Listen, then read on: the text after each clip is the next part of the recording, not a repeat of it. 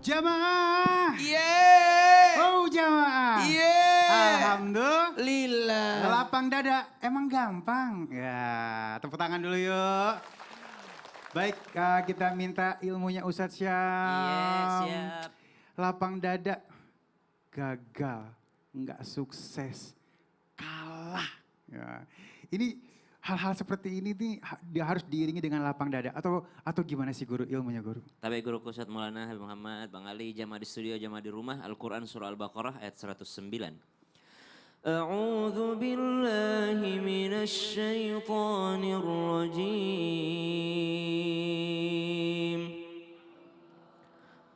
وَدَّ كَثِيرٌ مِّنْ أَهْلِ الْكِتَابِ لَوْ يَرُدُّونَكُم مِّن بَعْدِ إِيمَانِكُمْ كُفَّارًا حَسَدًا مِّنْ عِندِ أَنفُسِهِم مِّن بَعْدِ مَا تَبَيَّنَ لَهُمُ الْحَقُّ فاعفوا واصفحوا حتى يأتي الله بأمره إن الله على كل شيء قدير.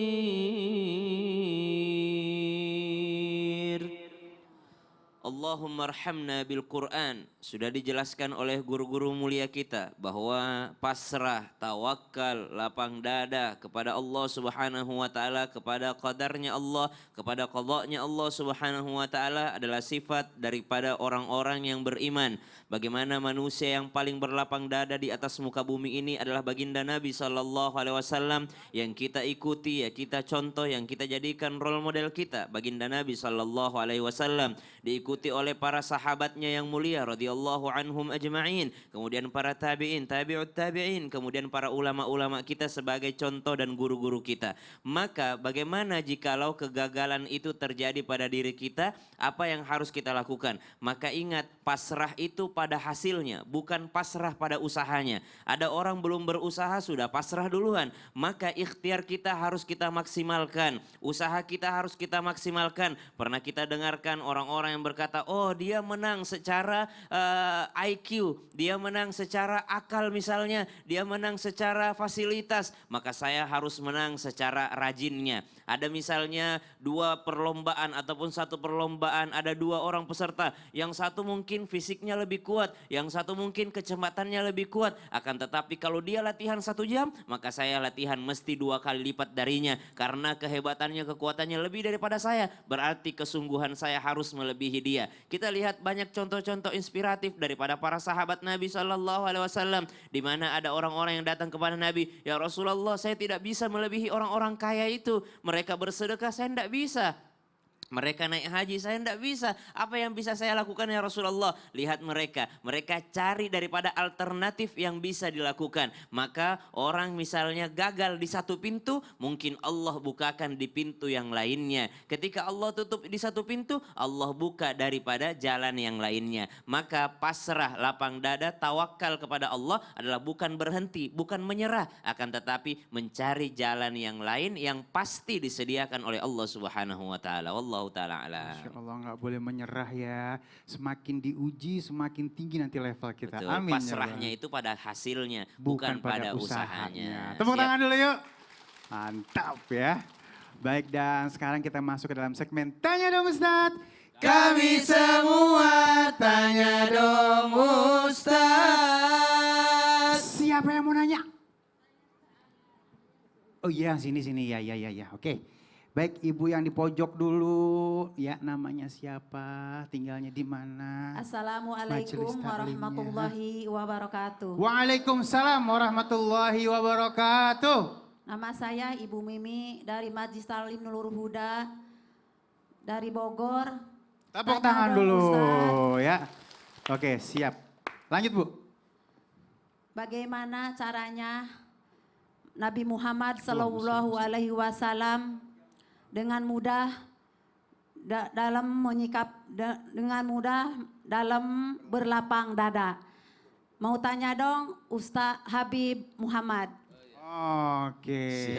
Wassalamualaikum warahmatullahi wabarakatuh. Waalaikumsalam warahmatullahi wabarakatuh.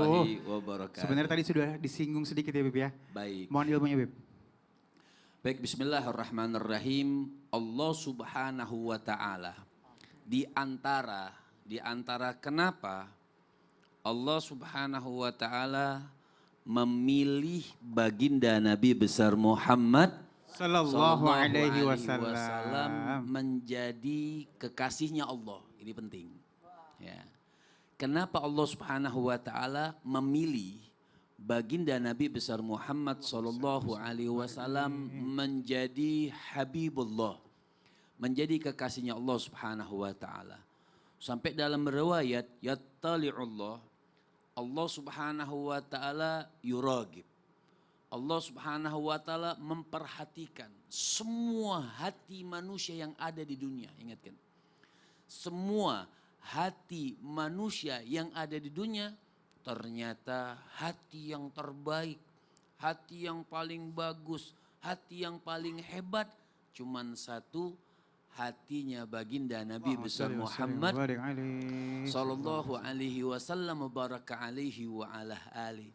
Lihat dalam suatu cerita yang memang tadi ada cerita dan ini cerita lagi. Yang Rasul sallallahu alaihi wasallam cerita yang masyhur yang sangat kita kenal. Nabi sallallahu alaihi wasallam selalu berjalan di jalan ini. Setiap hari Nabi berjalan di situ, tidak pernah pindah. Walaupun setiap perjalanan Nabi dilempari dengan kotoran. Hingga suatu saat orang yang melempar itu, Nabi ketika lewat tidak lagi melempari. Sehari Nabi lewat, mana orang yang ngelemparin? 2 hari lagi Nabi lewat, mana orang yang melempari saya? Tidak ada yang melempari. Kemudian Nabi cari tahu. Bukan cari tahu itu untuk memusuhi, bukan. Lihat lapang dadanya Rasul. Nabi cari tahu, maka sahabat pun membantu Rasul untuk mencari tahu kenapa ini orang gak melempari Nabi lagi. Oh ternyata dia lagi sakit. Orang yang ngelemparin itu lagi sakit. Kemudian Nabi memerintahkan sama sahabat untuk menjenguk orang tersebut, bukan hanya menjenguk tapi sambil bawa makanan. Sampai di rumah orang tersebut dia takut. Ada apa nih? Muhammad kok kemari bersama sahabat-sahabatnya, pasti pengen balas dendam. Karena saya ini sudah tidak bisa apa-apa lagi, saya lagi sakit, saya ngelemparin dia, berarti ini waktunya. Ini nabinya orang Islam bersama sahabat-sahabatnya mau balas dendam, membalas saya karena saya sudah lemah. Maka Nabi mengatakan tidak, kami tidak mau membalas, kami mau menjenguk. Aku rindu sama engkau kata Rasulullah. Aku kangen. Nabi datang sambil bawa makanan. Dia lihat Nabi datang bawa makanan dengan sahabat-sahabat, fabaka, Masya Allah. Nangis itu orang. Dia katakan, Abu Jahal yang membayar aku untuk jadi puser. Jadi apa? Lempar. Buzzer. Buzzer. Kok puser? Iya. Ya. Ya bahasa orang sekarang.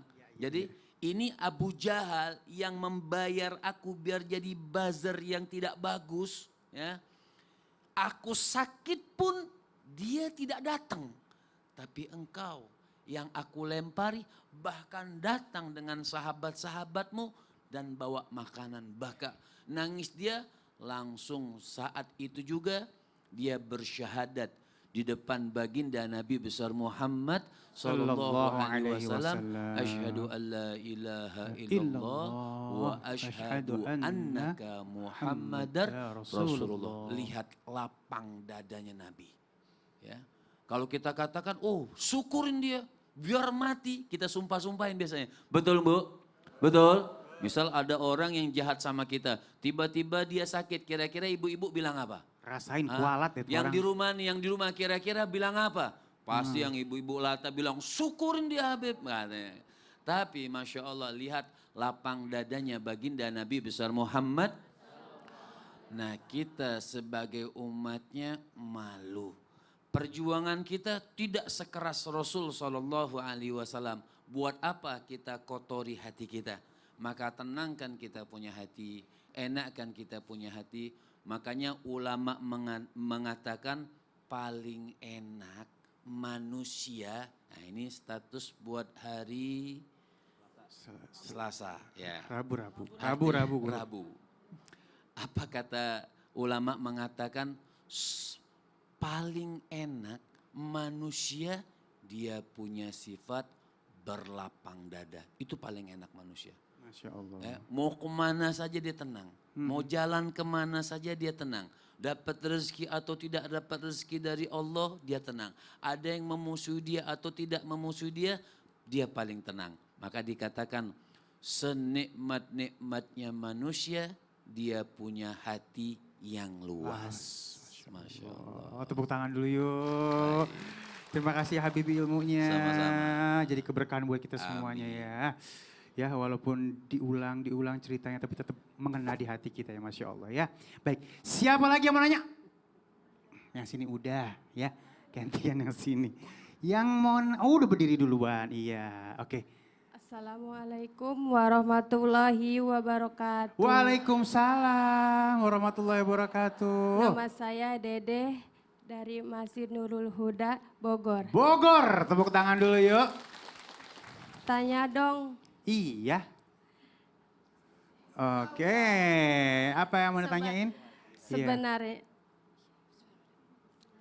Sebenarnya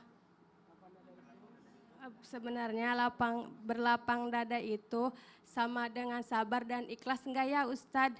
Terus pahala orang yang berlapang dada itu apa Ustadz? Iya, baik. Waalaikumsalam warahmatullahi wabarakatuh. Waalaikumsalam warahmatullahi wabarakatuh. Iya, baik berlapang dada. Iya. Assalamualaikum. Iya, Mana dia waalaikumsalam. waalaikumsalam? Iya. Iya. Gimana kita bisa jawabnya ya? Berarti dia ngerjain yang Grogi ngelihat Ustaz Mulana. Ibu salah, sayanya dia salah. Iya. Baik guru silakan langsung guru. Izin Habib dan Ustaz Sam. Bismillahirrahmanirrahim buat semuanya. Pertanyaan yang sangat menarik. Jadi jangan-jangan apakah lapang dada itu sama dengan Sabar. gabungan antara sabar Ikhlas. dan ikhlas? Digabungkan antara sabar dan ikhlas menjadilah apa tadi? Lapang dada. dada. Nah, ternyata bertanyalah sang ibu. Bukan ibu dia. Ibu ya? Udah ibu, Oh, masih udah muda ibu. banget ya. Masya Allah. Ibu neneknya. Dua Semuanya. Ternyata yang ditanyakan ada nggak pahalanya? Yang jelas pahala dari Allah. Dengan cara, dengerin. Ada 5 yang didapat. Dia akan menjadi orang baik. Masya Allah. Orang yang lapang dada akan jadi baik. Perbuatannya, tingkah lakunya, kehidupannya, kesehariannya. Dan ternyata orang yang lapang dada itu pasti mendapatkan keberuntungan. 1, 2, 3. Keberuntungan. Beruntung hidupnya. Ibu sudah bagus, udah sampai di sini, udah beruntung. Yang lain tidak datang. Yang ketiga, ketika orang berlapang dada, apa yang diperolehnya? Selain baik dan beruntung, ternyata dicintai, disukai Yes, Allah. betul. Kenapa disukai Allah? Karena makin dekat dengan Allah. Kalau orang sudah dekat dengan Allah, maka akan diberikan petunjuk oleh Allah. Bukankah tiap hari ini kita meminta petunjuk? 17 kali sehari semalam kita minta petunjuk. Ihdinas Syiratal mustaqim. Orang yang berlapang dada itu diberikan petunjuk oleh Allah Subhanahu wa taala sehingga apapun yang menimpa dirinya itu tidak ada masalah. Bahkan bisa memberi solusi buat orang lain. Alhamdulillah. Memangnya gampang Habib Muhammad bisa ada di sini. Bisa jadi ulama. Wah, ulama terkenal senasional. Mau tahu perjuangannya di Yaman. Berapa tahun di Yaman, Bib? 5 tahun. 5 tahun. Ya Allah perjuangannya. Kalau diceritakan, aduh ya Allah luar biasa. Tepuk tangan dulu untuk Habib Muhammad SAW. Emang tahu? Kan diceritakan. Tadi aku bilang, Habib ceritakan aja pengalaman Habib. Tapi beliau masih merendah, merujuk kepada Rasulullah. Dan kelima, orang yang berlapang dada tadi baik, beruntung, dicintai, kemudian diberi petunjuk dan ternyata akan mendapatkan martabat yang baik. Masya Allah, lengkap komplit ya guru ya. Mulai sekarang kita harus belajar berlapang dada. Berlapang dada. Biar dapat dunia, dapat akhirat. Tapi Insya bagus Allah. juga. Apakah berlapang dada itu gabungan antara sabar dan tuh. ikhlas? Cakep banget. Tepuk tangan dulu yuk. Ya, ada sabarnya, ada ikhlasnya, baru ketemu lapang dada. Ada tawakalnya. Siapa lagi yang mau nanya? Nggak ada yang mau nanya nih? Hah? Oh, itu dia. Baik, yang di atas ya. Silakan, yuk. Assalamualaikum Bagus banget warahmatullahi bajunya. wabarakatuh. Bajunya Waalaikumsalam bagus ya. warahmatullahi wabarakatuh. Perkenalkan nama saya Ibu Ulan dari Majelis Taklim Nurul Huda Bogor. Tepuk Ya. tangan dulu. Mau bertanya ke Ustadz Sam. Oh mundur saya. Boleh Bu, silahkan. Dia nggak ke-distract Bagaimana dulu. caranya Ustadz mendapatkan taufik hidayah dari Allah Subhanahu wa taala agar bisa selalu menjadi orang yang lapang dada Ustadz. Oh. Wassalamualaikum warahmatullahi wabarakatuh. Waalaikumsalam warahmatullahi wabarakatuh. Bagaimana cara mendapat taufik dan hidayah ya dari Allah Subhanahu wa taala biar jadi orang yang lapang dada. Silakan guru. Baik, tabe guru Kusat Maulana Habib Muhammad, Bang Ali, jamaah di rumah, jamaah di studio yang dimuliakan Allah Subhanahu wa taala. Al-Qur'an surah Al-An'am ayat 125. A'udzu billahi minasy syaithanir rajim. فمن يرد الله أن يهديه يشرح صدره للإسلام ومن يرد أن يضله يجعل صدره ضيقا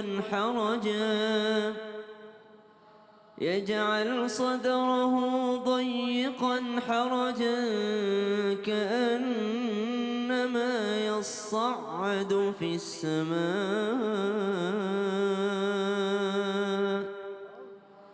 كذلك يجعل الله الرجس على الذين لا يؤمنون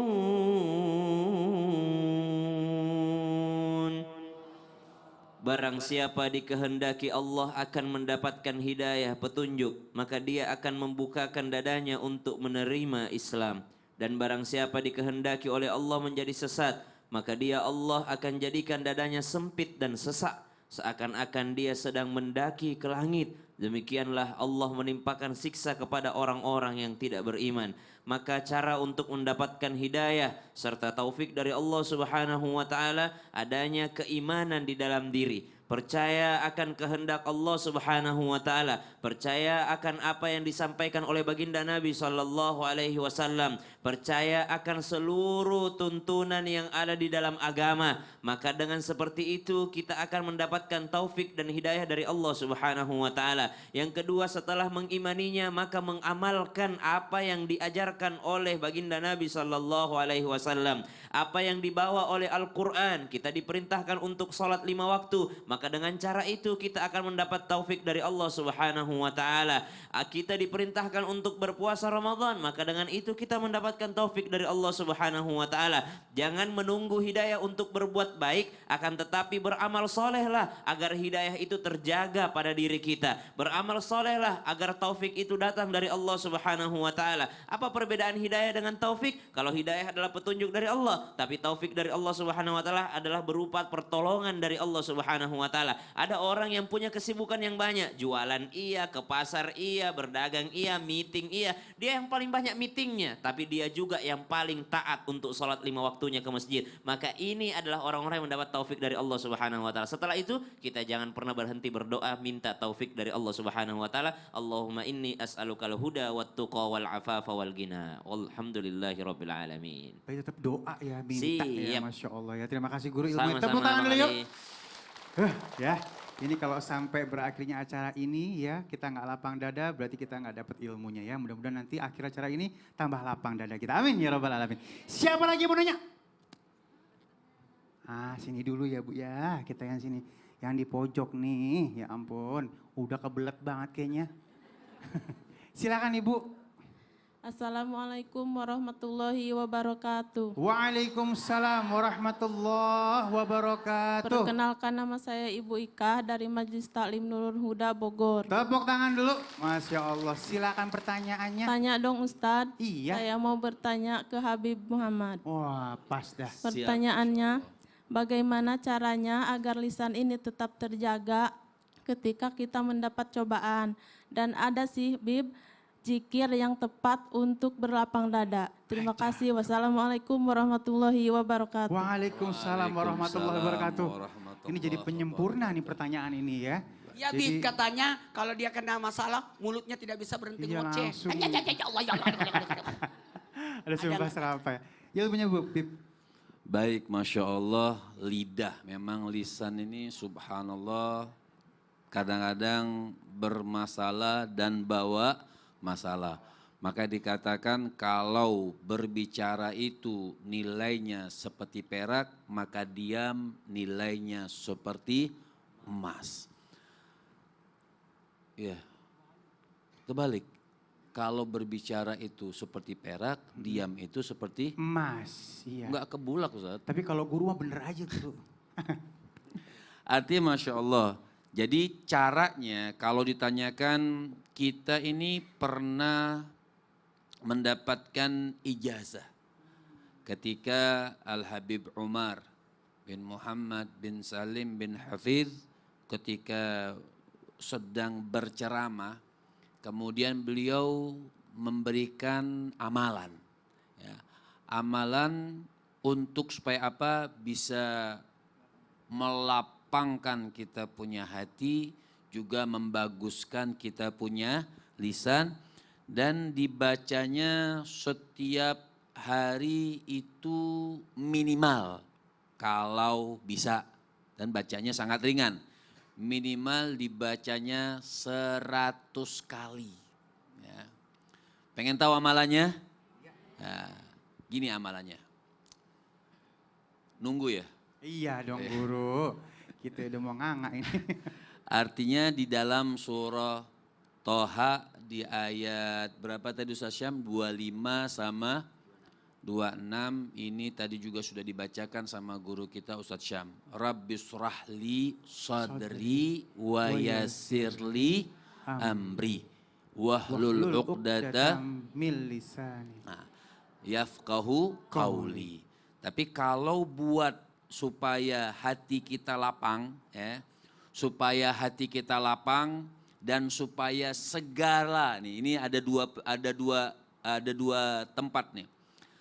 Kalau hati kita pengen lapang dan segala urusan nih, tentunya urusan-urusan yang baik ya, segala urusan kita dimudahkan sama Allah Subhanahu wa taala, bacanya Rabbis rahli sadri wa yassirli, sampai situ saja. Jadi Rabbis rahli sadri wa yassirli amri, sampai situ saja bacanya 100 kali. Itu ijazah daripada beliau. Jadi Rabbis rahli sadri artinya ya Allah lapangkan aku punya hati, wa yassirli amri, yang bilang oh kalau urusan jodoh bagaimana? Dapat juga. Ya, Ibu masih pengen cari jodoh? Udah enggak?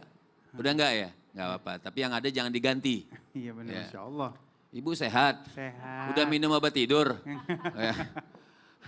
Rabbis rahli sadri wa yassirli amri, artinya ya Allah luaskan aku punya hati, wa yassirli amri, dan mudahkan segala urusanku, baik urusan dunia ataupun urusan akhirat. Bahkan juga bisa ini doa buat bayar hutang. Wa yassirli amri. Dibaca. Jadi artinya ini jilbab udah lunas kan? Sudah, ya. Iya. Ya tetap juga kalau sudah baca ya Rabbi shrahli sadri wa Wa yassirli yassirli amri. amri. Ya Allah luaskan aku punya hati dan mudahkan segala urusanku. Urusan apa saja? Urusan jodoh, urusan hutang, urusan segala macam. Nah kalau masalah lisan diteruskan. Ya, artinya Rabbi shrahli sadri wa yassirli amri, terus wahlul 'uqdatam Min lisani. yafqahu qawli. yafqahu Qawli. qauli. Boleh dibaca terserah mau habis sholat 3 kali atau 7 kali, yang penting dibacanya witir. Boleh juga kalau mau baca 100 kali. Ustaz Bagusnya- Maulana beliau baca 201 kali. Ya. Enaknya habis subuh atau maghriban nih, Ya lihat aja dari tadi pegang tasbih, kita ditasbihin aja. Masya Allah berkah ya Bib ya. Baik, tepuk tangan dulu yuk. Rabbi shrahli sadri wa yassirli amri. Rabbi shrahli sadri wa yassirli amri wahlul 'uqdatam min lisani yafqahu qauli. Ya Allah, hafal insya Allah ya.